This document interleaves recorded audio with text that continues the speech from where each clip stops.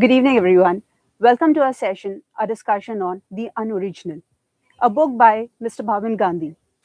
Uh, the Unoriginal is a curation of all of Bhavin's learnings over the last 20 years across his profiles in research and fund management.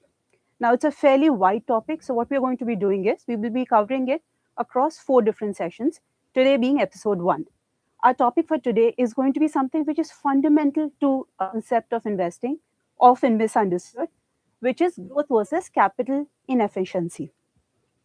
Uh, I would like to welcome Bhavin to the show Thank you. now. Thank you for having me here. Welcome, Bhavin.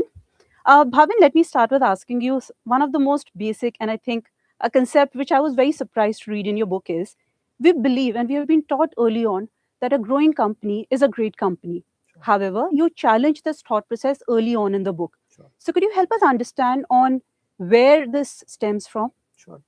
So I think this is a topic which is very close to my heart, and in fact, in the book that you referred to, there are multiple chapters dedicated to this concept alone. And so let's take a very simple example to drive the point home.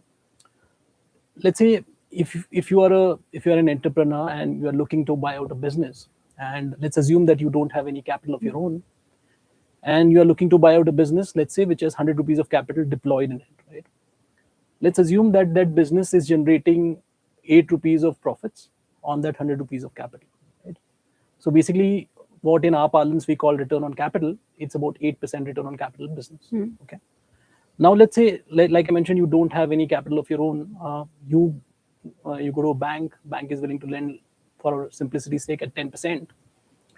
Now, if you were to buy the business, the borrowing cost from the bank becomes the cost of capital in some sense, right? So now if you want to buy this business, what would you pay for that 100 rupees which is deployed in that business?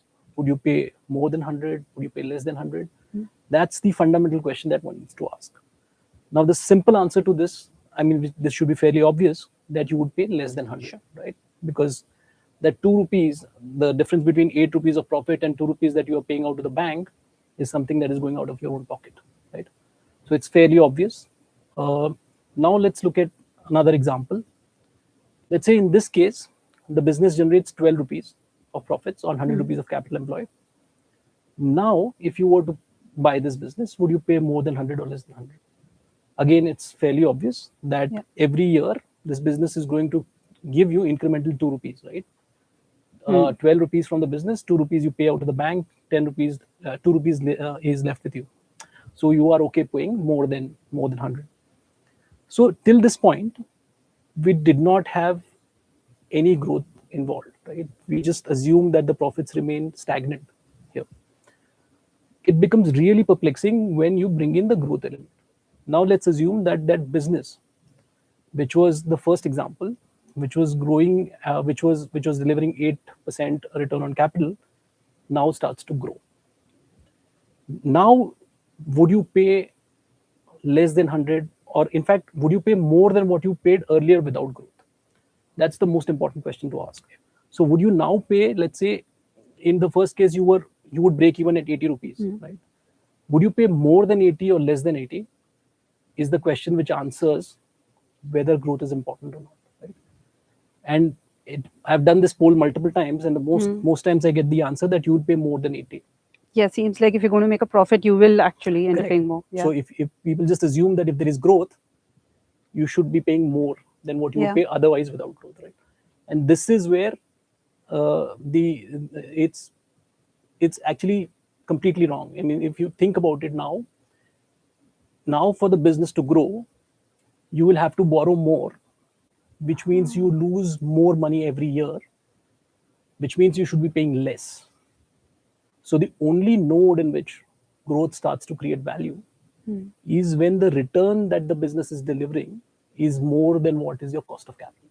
That's the simple rationale, or the simple way to think about this. And maybe we can have the first slide where I can just walk you through the mechanics of valuation. So you could see on the slide that is in front of you that what are the fundamental drivers of value. And I don't want to get into these equations, and they really don't matter. What I want to focus on is what is there in the numerator and in the denominator of this equation. And as you can see, you will see that growth is there both in the numerator and in the denominator. Return on capital is only there in the numerator, and cost of capital is there only in the denominator. So wherever, for example, ROIC, which is only the numerator, it's very obvious what is the relationship with value, right? Any higher levels of ROIC or return on capital will increase the value of business. Similarly, cost of capital is only in the denominator. So every higher levels of cost of capital would reduce the value of business. But what about growth? The growth becomes challenging primarily because it's there both in the numerator and in the denominator. But the only node in which growth creates value, which I explained through that example, is when the return on capital is more than cost of capital. There is no other node in which growth can accrete value. So that's, I think, a very, very fundamental pillar to understand valuation. So I think that's where I say that it's very important to judge the quality of profits. And the quality of profits, the real true measure of quality of profits is what is the return on capital. Sure. That actually brings me to my second question, which I think you've answered in parts in this, Sure. where you also address upon the topic that a company may grow its revenues, it may be growing its headcount, and even profits. However, it could still be silently eroding your valuations per se. Sure. Could you just help us understand on where this is coming from? Sure. Again, I will probably go back to the same example. Maybe we can have the second slide that I had shown. So before I start here, there is one more thing that we need to understand is that clearly, like I mentioned, there is relationship between these three elements, but this relationship is non-linear.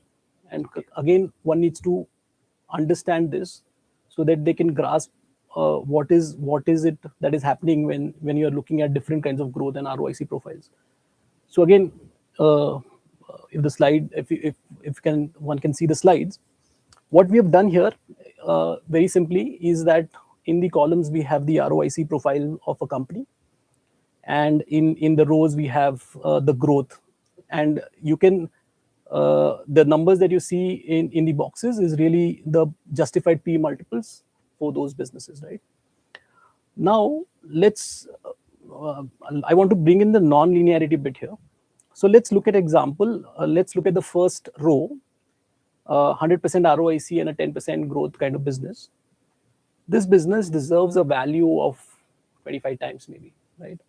And to give you some examples of this, sectors like consumer staples of FMCG, for example, are in this pedigree where they have very high returns of capital, but they can only grow at a GDP minus pace primarily because the product penetration has already happened, right?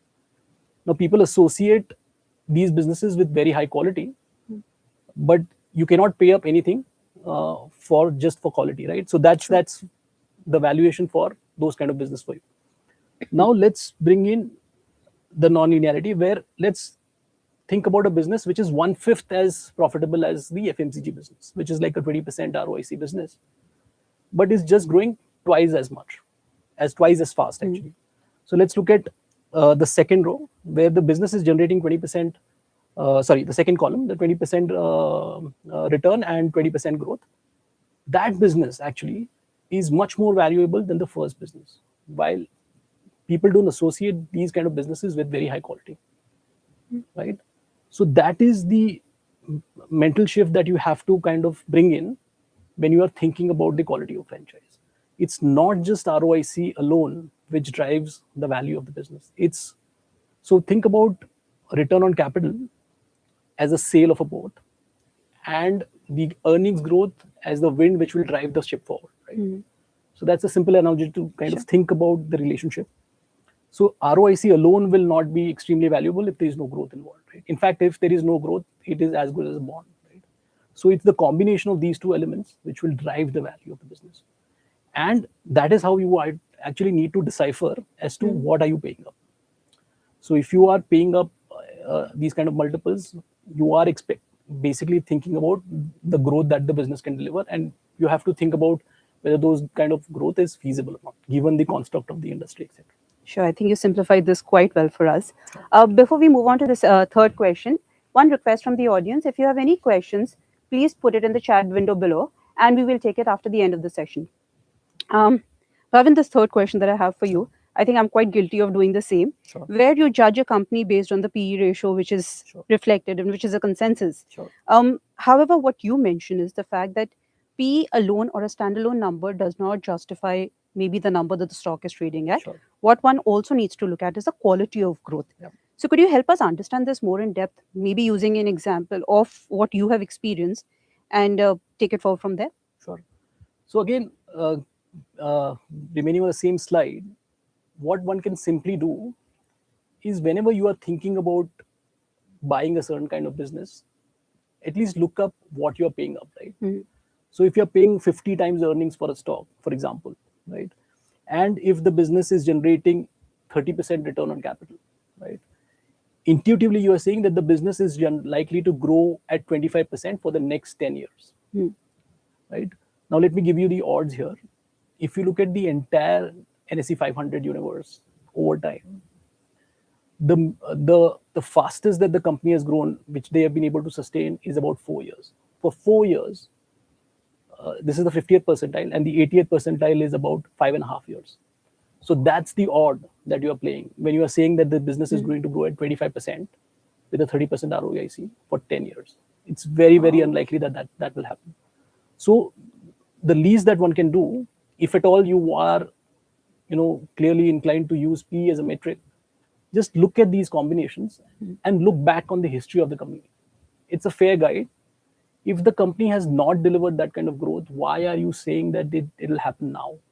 So you need to have a good basis to judge that something that has not happened in the past will happen now. And most cases, the law of averages tend to catch up. So Mhm. probably the company is more mature now than it was 5 years ago. So something that has not happened when it was much younger is very unlikely to happen now.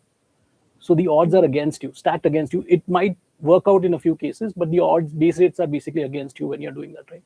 So I think that is how I would use a P ratio Mhm. rather than an absolute number. Like I mentioned, P as an absolute number does not convey any information Mhm. because, like I mentioned, the four elements or the three elements which drive the valuation, the ROE profile of the company, the growth, and the cost of capital, all of these three elements are in a constant state of flux.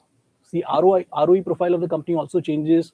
Companies Mhm. go through a growth cycle, and obviously the cost of capital is changing, right? Mhm. But when you are looking at a P ratio of the company over time, what does it tell you? It tells you nothing.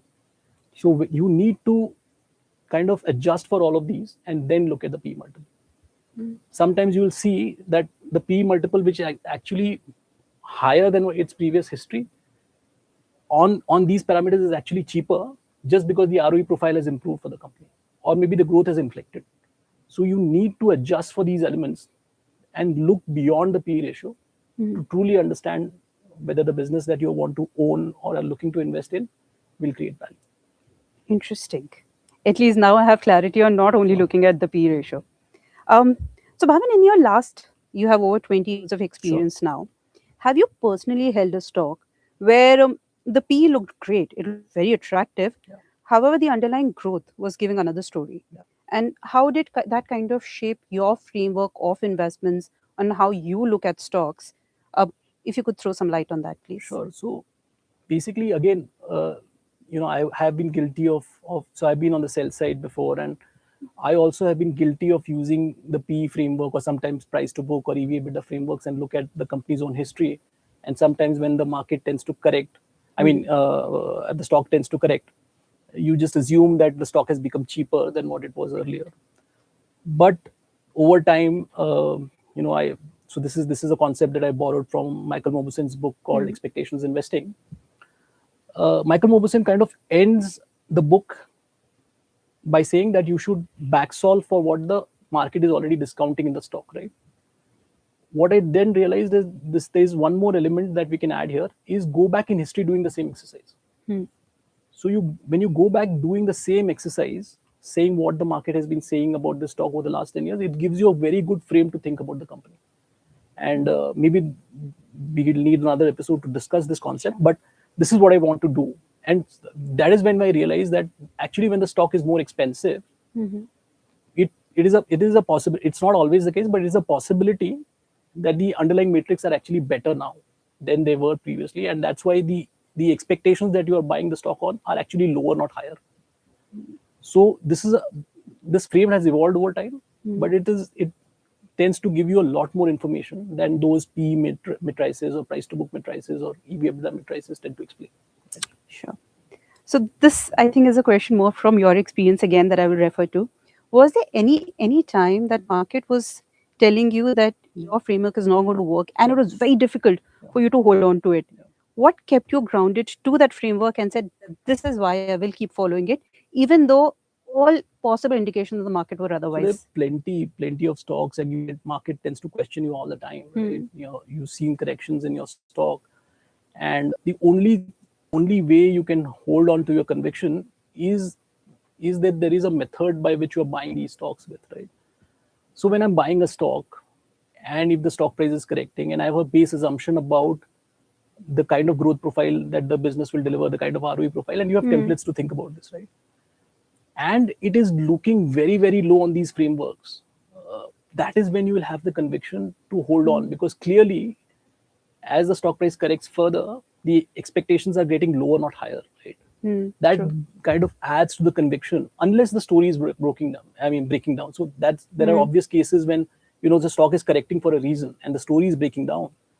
That's a different matter. But if you are getting all the data points, which is kind of telling you that the narrative that you have or the story that you have on a stock is kind of playing out, it's just that the market is not reacting, or market is not taking cognizance of the fact that the story is playing out. The conviction should be there, and that is how. That is where these numbers like P, price to book, don't tend to help. That they'll never give you the information that you're seeking. It's only when you kind of back solve and think about this, and think about what is your narrative, what is your story about the stock, right? That you will have the conviction to kind of hold on. Sure. For at least my final question, I wanted to check with you that for someone who's starting out fresh, or even for a seasoned investor, Yeah. what is the one mind shift that you would say that one can have, or a learning from this chapter, then one can imbibe when they're evaluating different options? Sure. So I think the first page of the book actually is this table that I put out, and this is something that we have showing in the slide as well. This is just an extension of that the slide, where at least you look up before you pay up, right? Just look at the historical delivered return on capital of the business. Look at what kind of growth the company has delivered, and look at the multiples that you're paying up. It's just the notion that if you're buying great businesses, you will have great outcomes. That's completely untrue. If you are buying a great business where those great prospects are already priced into the stock, you will not have great outcomes. It's only when the company is able to surprise on those expectations is when you will have good outcomes. So at least what I would recommend is look up on that sheet whenever you are buying a stock, and see what expectations you are buying into, and think hard about whether those expectations can come through or not. And if they're unlikely to come through, it's unlikely that you will create outcomes. Lovely. I think that's quite informative. And we'll just take a second to see if there are any questions from our audience.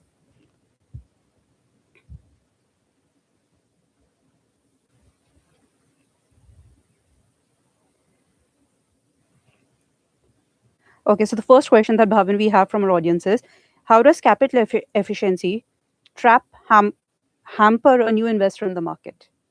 So again, like I mentioned, people just are delusioned by the fact that this company is growing at a hyper pace. I'm not saying all kind of growth is bad or good, but you can't make a judgment about the quality of growth unless you see what is the underlying return on capital that the business is delivering. Now, that doesn't mean that the business has to be profitable today. It is just subscale today, and that's why the business is not making the right kind of ROIC, which is completely fair. There are number of listed entities today which are just not mature enough for the business to throw up the steady state ROIC, which I'm expecting out of them, right? Which will eventually happen. But there is a node in which that business goes to that ROIC profile or that return profile. If there is no node in which the business will go there, then there is no way the business will create value, no matter where the growth is coming from or what kind of growth is coming through, right? So that is where just looking at growth profiles of the company tends to give you a wrong impression about the business. You can't look at. You have to have a narrative. What is the sustainable return that the business will eventually deliver? And then after that, only after that, what kind of growth comes through matters. If the business is not going to have even the cost of is not even going to cover the cost of capital, it doesn't matter what pace it's kind of going to grow at. Sure. The other question we have, and I think we touched upon it a little bit also, when to enter and exit based on PE ratio. So I think it's unfair to me for me to comment on about entry and exit, but I would assume that at least I think about businesses in scenarios. I don't think about businesses in a target price in a target price term, right? So I think about what can be the worst case outcome for that business and what can be a best case outcome for this business, right? And most times the simple exercise that one needs to do is just look at its own history, right? And what has been, let's say, the best case outcome on at least a 3 or a medium term horizon for that business, right? If the stock is already pricing in that kind of outcome, which you can always do when you look at this sheet that you are seeing in front of you, you can make a judgment call whether there's any money to be made or not. If in the worst case you you are not going to lose too much capital, I think that is a fair price to kind of start looking at the business. And when the stock is discounting the most optimistic outcome, that is where you want to kind of trim. But this is not something cast in stone, but this is at least how I think about businesses and entry exits. Sure. An interesting question here. Why do stocks that look expensive on PE keep going up and cheap ones stay cheap? Again, there are two there are two ways to think about this. Then there are sometimes there are these narratives which keep driving up the stock price. And if there is just narrative and there is no underlying fundamentals changing for this business, the fundamentals will eventually catch up and the stock price will correct. And we've seen this multiple times playing out. A couple of years back, defense was a very, very popular theme, True, right? yeah. And you had seen a number of NFOs, etc., which came out, and reality caught up. So you need to test whether the fundamentals are really changing, and whether the stock has moved ahead of the fundamentals. That's where you sometimes see that the stocks are getting more expensive, but it's just that the narrative is kind of playing out. Eventually, the fundamentals will catch up.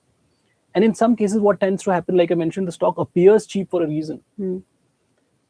Market already recognizes the possibility that the business will never have threshold return on capital. And that's why it's looking cheap today. And that might never happen. And that's why the stock continues to remain there.